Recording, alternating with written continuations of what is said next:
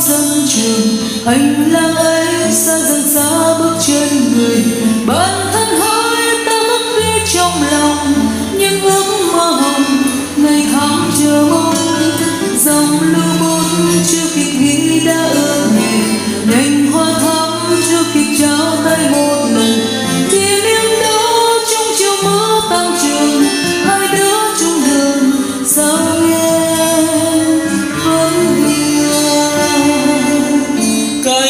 phượng hồng ngẩn ngơ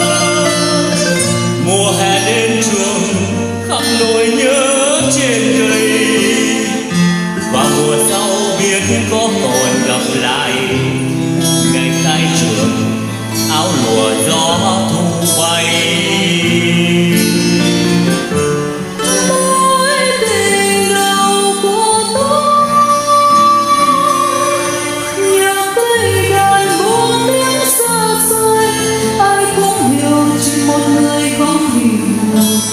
Nên có một đã làm thương làm thơ ai đó đã từng nói với tôi thanh xuân là cơn mưa rào dù rất buồn là mưa nhưng bạn vẫn muốn đắm chìm trong cơn mưa ấy.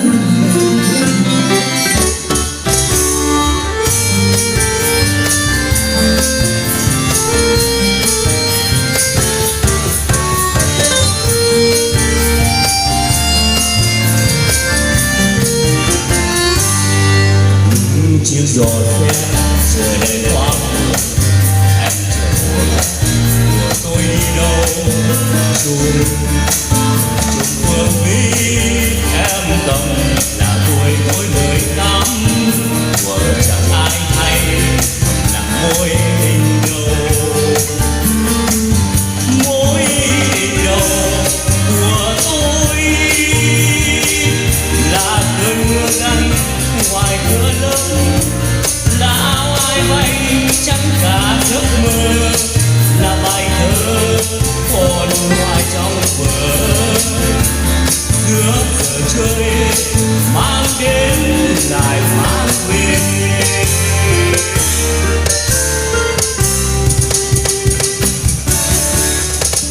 Bao yêu thương chúng ta tìm về một thoáng trường xưa đã nghe thời gian hỏi đưa nghe bâng khuâng chúng ta một thời tìm bước ngày xưa ước mơ người còn đâu nữa ai thương ai quên ai giận hờn buồn cánh phương rơi khi ta chờ người không tới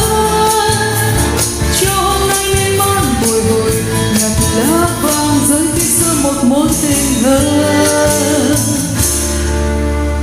Bao yêu thương chúng ta tìm về một thoáng trường xưa đã nghe thời gian hỏi đưa nghe bâng khuâng trong ta một thời tìm bước ngày xưa ước mơ người còn đâu nữa ai thương ai quên ai giận hờn buồn cánh phương rơi khi ta chờ người không tới cho hôm nay miên man bồi hồi nhặt lá vàng mơ khi xưa một mối tình thơ. Chờ mùa hè đi qua còn tôi đứng lại nắng ngập đường một vạt phong